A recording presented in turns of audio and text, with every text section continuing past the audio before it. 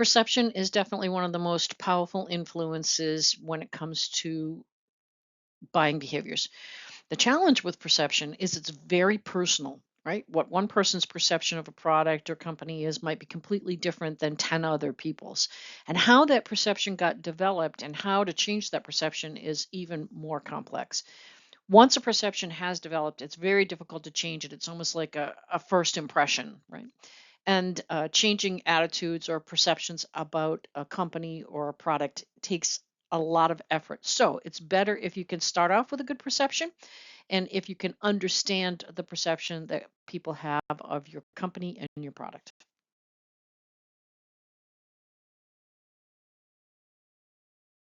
So, Time Magazine did an article back in 2015 that showed that the attention span of the average goldfish is about 9 seconds. I mean, there's some debate as to whether or not that it's completely accurate. Some people say the attention span is a little bit longer, and that the attention span of the average human right now is about 8 seconds. But really, what's important here is to see that the attention span is dropping. All right. It's not so much that it's less than a goldfish, although that's pretty sad. It's more that the average attention span of a human in year 2000, according to research, was about 12 seconds. And now it's down to 8 seconds, which means you have less time to make a first impression. And Microsoft recently did a survey that found that that change that took place in the attention span going from 12 to 8 really took place as a result of the mobile, the phone coming into our use. So again, you have a really limited amount of time in order to correct the perception because it happens so quickly.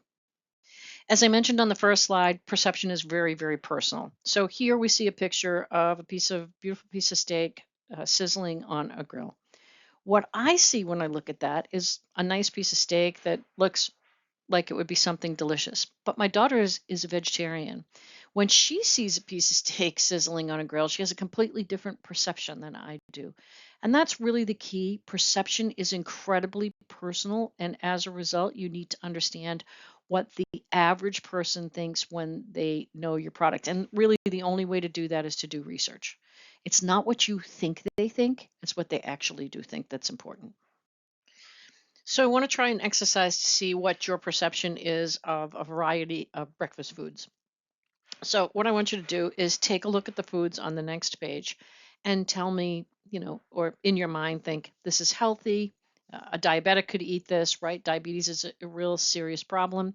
Doesn't have very many carbs or sugar in it. It's healthy for you. It's a good food. And then click the next slide and it'll tell you uh, whether your perceptions were valid or not.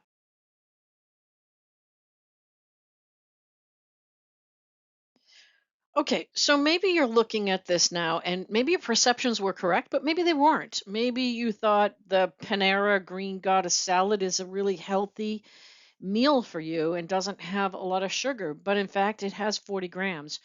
Or you've seen Naked Juice before and you thought, I'm going to buy that because that's got to be good for me. Juice has got to be better for me than anything else. But it has 66 grams of sugar and 78 grams of carbs on top of that. So it's not just the sugar, it's also the carbs that convert to sugar. And then you look at the powdered donut and you think, there's no way a powdered donut could be healthy. And I'm not saying it is healthy, but in comparison, it definitely has a lower sugar count. So, what was your perception initially, and what is your perception now? The challenge here is that even though I may have showed you that there are some things you have an incorrect perception of, that does not necessarily mean it's going to change how you feel about that product or what you think about that product. So, how did your perception of these products start? Where did it start? Chances are it started quite a long time ago, and the likelihood is it started either from friends or family or personal experience.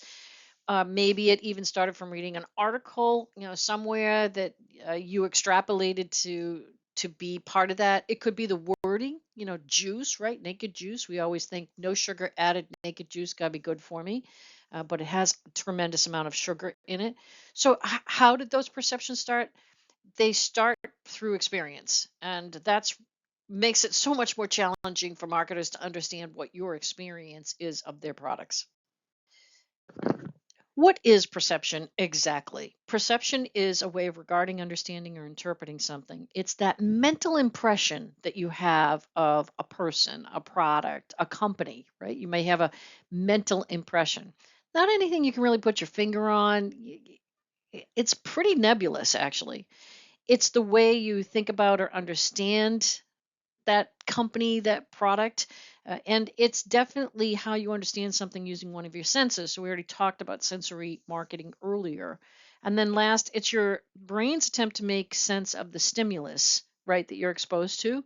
And that's really what it's all about. You get exposed to stimulus, you take it in, you have to sort of figure out how you're going to react or respond to it. And that develops a perception, especially when we're talking about like first perceptions, right? And then if you look at the chart in the lower part of this slide, it lists the things that come into and are part of the role of perception in consumer purchasing, which is really what we're talking about here. And one is social proof. We're going to talk about that later in a couple of weeks. The impact of price, right? We know that 56% of how a person thinks about a product, especially if they have no history with it, is based on the price. How the marketer or advertising can impact or affect perception. And then branding, how, what we think about a brand. So sometimes we think so positively about the brand that every product that that brand puts out, we think positively, or the reverse. And packaging can make an incredibly important part of a product, especially a consumer packaged good. And then, of course, first impressions. So the more you understand what the perception is that people have and where they develop their perceptions, the better off you are to establish and fix perceptions if you have a problem, or keep them going if it's good. So we know that perception takes place very quickly when we are meet a person for the first time. According to psychologist and author of Straight Talking, Linda Blair, it takes about 7 seconds. And there's a reason for that. The reason for that is that it's a conscious process that goes back to our instinctual or primitive roots where we had to be careful, right? The first time we met somebody, we had to determine very quickly whether they were safe or not safe. It's all about survival of the species. And then we started to get perceptions based on what people told us. Don't go over there. That's a bad area. People go over there, they die. So now you have a perception of a particular area and you don't go over there. It's the same thing with products. You hear from somebody they had a bad experience with a product, you read a review, you begin to get a perception. Perceptions come from personal experience, but they also come from the people we trust, right? And that's because we're social animals. And as part of that group, we have to rely on the power of the masses to make sure that our species survives. To help us understand better how perception forms, there are three major rules. The first is exposure, right? How much are you exposed to that particular stimulus? Much of it is random. You just happen to see it in an ad or maybe somebody's wearing it. But how often and how much you get exposed can make a difference in what your perception is and how quickly that perception forms and how deeply the perception forms. Two, how do you interpret it, right? Remember back to the steak. My daughter's way of interpreting that steak would be, yeah, nope, that's animal products and mine or somebody else's might be completely different. So interpretation is a real key part of perception. To me, I think of that more as that's sort of your personal experience that you're bringing into the mix. So one, how much am I exposed to it? Two, how do I interpret it? The last one is a little bit of Weber's law. So Weber's law states when there's a difference in the original stimulus to a new stimulus, there has to be that perception has to be big enough to get noticed. So, for example, if I have a light that has 100 lumens in it, and then I put in a light with 105 lumens or 110, the difference is pretty minor. I'm really probably not going to notice that, like the shirt in the picture down below. If the shirt drops from 79.99 to 78.99, it's a pretty minor amount.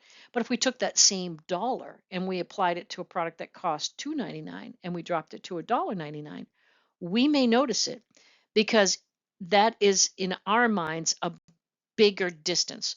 So this goes to show if you're going to try and change perception, right? You have to be aware of Weber's law. You have to be aware of perception only changes if you can get people's attention. And you can't do that if any changes that you're making don't get noticed. Okay, so we know that exposure is very important, but how do we make a perception stick, especially a good one? First, relevance. I have to have a need or a want at that time for me to pay attention, right, to notice it. So as long as there's some relevance, example, I go into the bathroom, I slip and fall because I don't have a bath mat. If somebody's advertising bath mats or Amazon shows me a bath mat, it's relevant to me at that time, and so I'm more likely to think about it. Two, pleasant always beats unpleasant. We remember pleasant more than we remember unpleasant. And so if you can make it a pleasant experience for people rather than an unpleasant experience, they tend to repeat it. They tend to understand it more. Repetition, repetition, repetition. Word on the street for advertisers, it takes about 7 times for somebody to actually remember all the parts of an advertisement. So the first time you see it, you may think, oh, that was a good advertisement. It was funny. I enjoyed it. But you won't remember details of it. The second time you see it, maybe you remember a little bit more, but maybe you don't even remember the name of the company that's doing the advertisement. The third, the fourth, the fifth, you start to remember more and more pieces of it. And by the time you've seen something 6 or 7 times, you begin to remember the name, the product, the company, the details. You should try and surprise people. Surprise works really well in making something more memorable. And I've got a little video here. You can check it out. And there has to be prominence and contrast in ads. I have to know that I have to see the difference.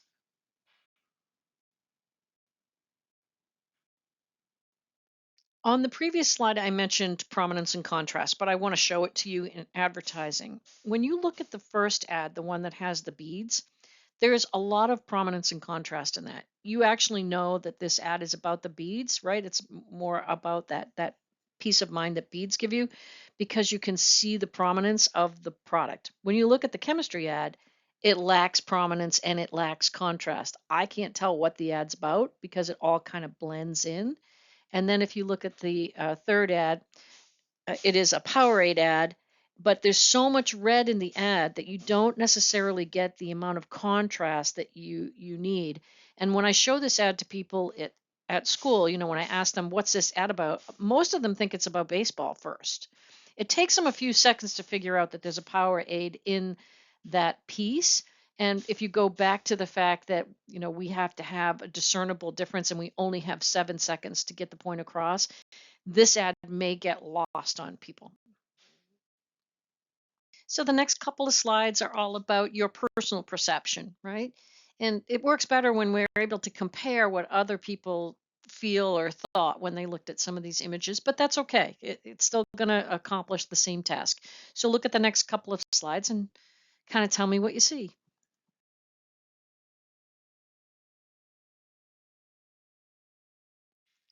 Perception is incredibly selective.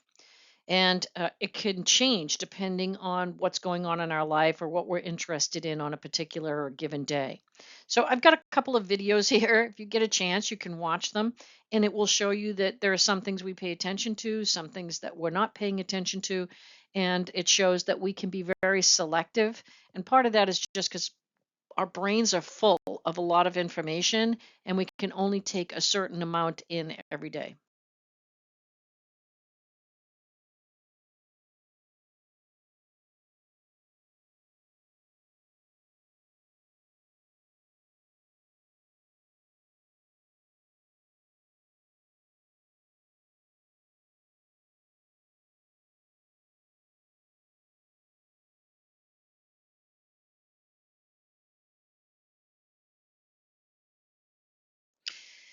Some of what we're going to do in the next couple of slides is just to show you how selective our perception is.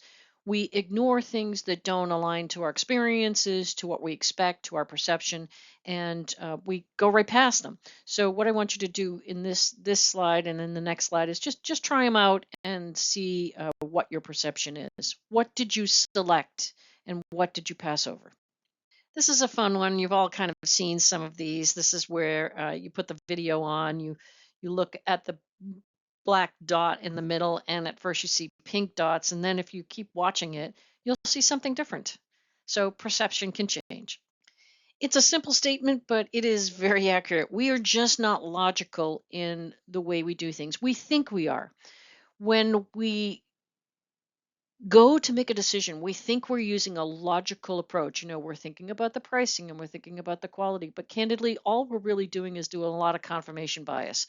We're really thinking about our past experiences and what our family used, what our friends use, and we use those as guidelines. So don't think for one second that buyers are logical. That's what makes it so challenging, right, to get people to buy. If it were that we were logical, it would be very easy to determine what somebody's going to buy, but we're not logical. So here's a fun example. There was an experiment done where they had a cup of coffee, exact same temperature, exact same color, exact same batch. And they asked people to try the coffee in three different containers. The first was the white mug that you see on the far left hand side. The second was the glass mug that you see in the middle. And the third was more like a tin mug, but it was also blue on the outside and white on the inside. And they asked people to rate the quality of the coffee uh, in each one of these containers. And uh, perceptually, it should be the same, right? It's the same coffee. It smells the same. It looks the same. It tastes the same. But it wasn't. Most people preferred the coffee in the white mug. And it was a landslide that most people preferred it in the white mug. And there were a couple of reasons for that. One, the coffee looks darker and richer when it's offset against the white. Two, it's more in line with what we think of when we think of going to a coffee shop to get a cup of coffee. It's more designed like a mug. The reason people didn't like the mug in the middle is they felt that glass allows the temperature to seep away really quickly, and they don't like the feel of touching that when they don't think it keeps it nice and toasty because when you touch it, it's a lot warmer. And then the third one, the tin mug on the far right hand side with the blue, they liked the look of the coffee in the mug, but they didn't like that particular mug because it just didn't align with their perception. And this just goes to show how nostalgia and experience plays into how we perceive the quality, right? In this case, people thought the coffee was better, and they also thought it looked richer and darker.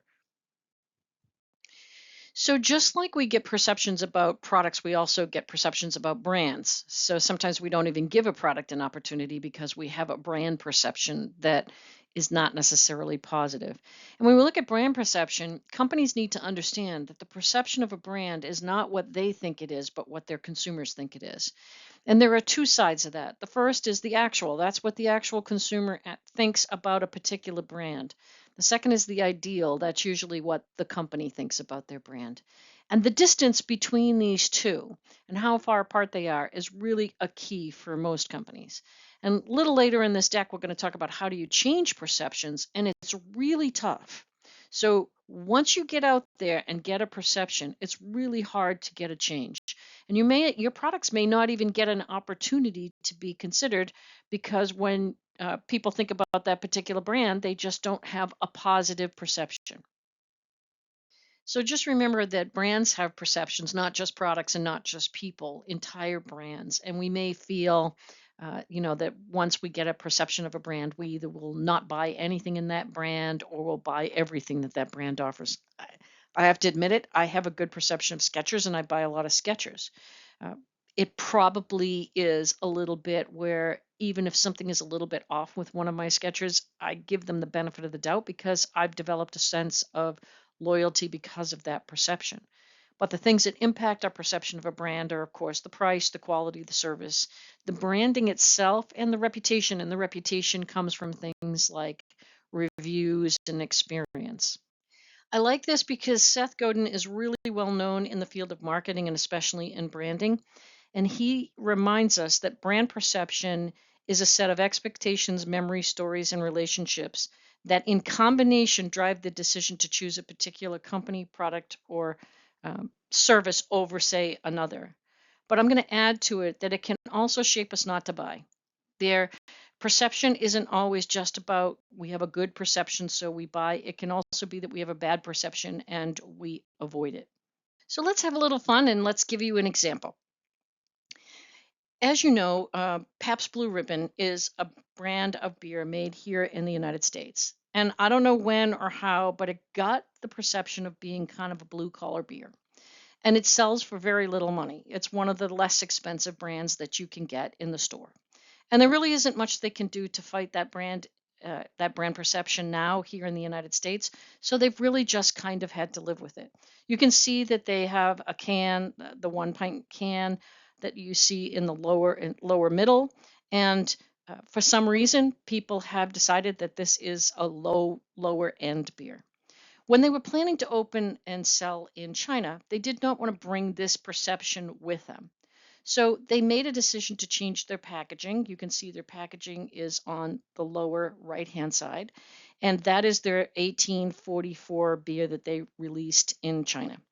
Now, they've been around for a long time. I'm sure their beer is perfectly fine, but again, trying to avoid that perception that was in the United States, they made some changes. They changed their pricing and they changed their packaging.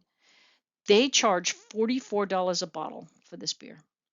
It's the exact same beer they make here in the United States, but now it's $44 a bottle. They were able to change their perception, one, by taking it to a country that didn't have an existing perception. And they learned a lesson from the perception that they had in this country. The same thing happened to Stella Artois.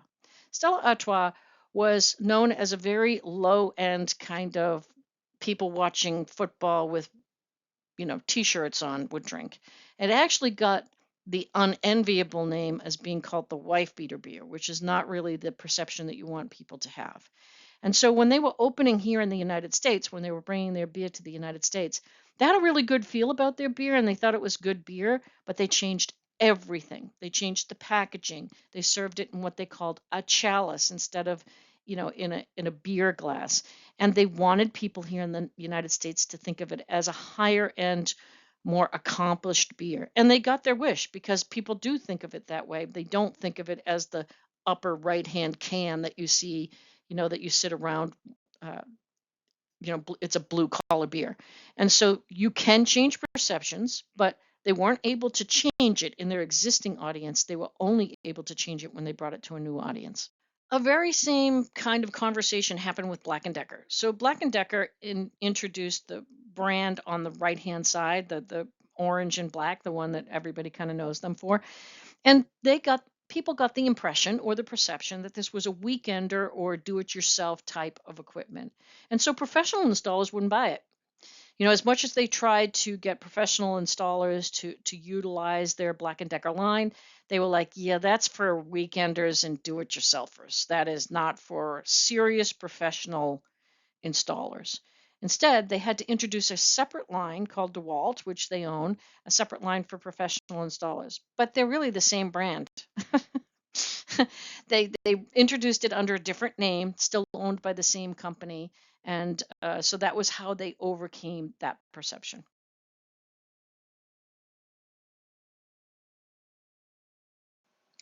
So if you find your perceptions of your company and your product are not where you want them to be, then you have to try and change those perceptions. If you've done your research and you're pretty sure that you need some help, you need to remember that perceptual change is a really slow process. It's one of the reasons why the two beer companies that I mentioned earlier chose not to go that route. They just kept the perception that was in their existing country and chose to change the perception as they moved to different audiences and different locations.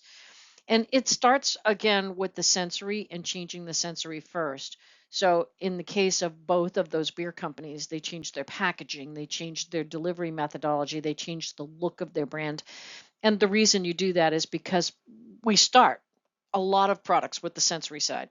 And then too, you have to have good customer experience, and now you have to have the reviews, and get those reviews on your side because that's social proof, right? One person does it, other people do it, other people respond and add on to it. That really makes an enormous difference in getting people to change their perceptions. So when we look at the perceptual process, again, it's very simple. First is the sensation, right? It's usually sensory. I take it in, I see it, I feel it, I touch it, I taste it, I hear it. Second, I select what part of it I'm going to pay attention to. Remember, we're very selective, right? Back to counting the passes. And then I organize that and I interpret it. And the interpretation comes from my past experience, maybe with the brand or the product or what people have told me. And then from there, I establish a value and then a little bit of an attitude about whether I like that brand or I don't like that brand, and then a behavior, right? I either buy or I don't buy or I wait.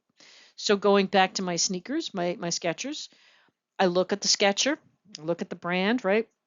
I take it in, I look at the feel of the shoe. Is it lightweight, the pricing, how it's displayed, right? Then I select what I'm going to pay attention to. Maybe it's I pay more attention at this point to the price.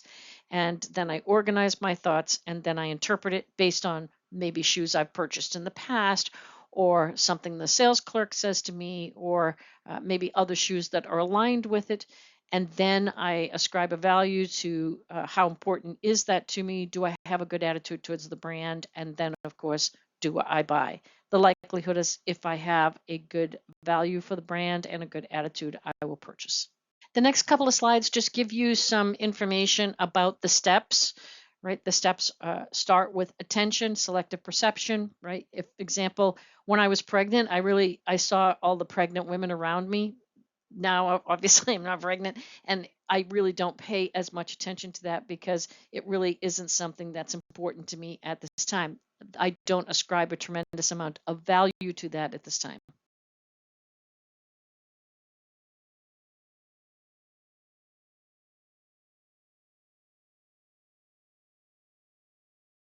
Okay, so you've heard my examples, but now what you need to do is apply your own. You need to go through and you need to take the information in this deck and apply it to maybe a brand or a product that you have a perception about, good or bad. How did that perception develop? What continues to keep that perception? If it's a good perception, do you usually buy as a result of that? If it's a bad one, how did that happen? Could your attitude towards a brand or a product that you don't have a good perception of right now change? So try and take when you get to the end of these decks and apply it to yourself.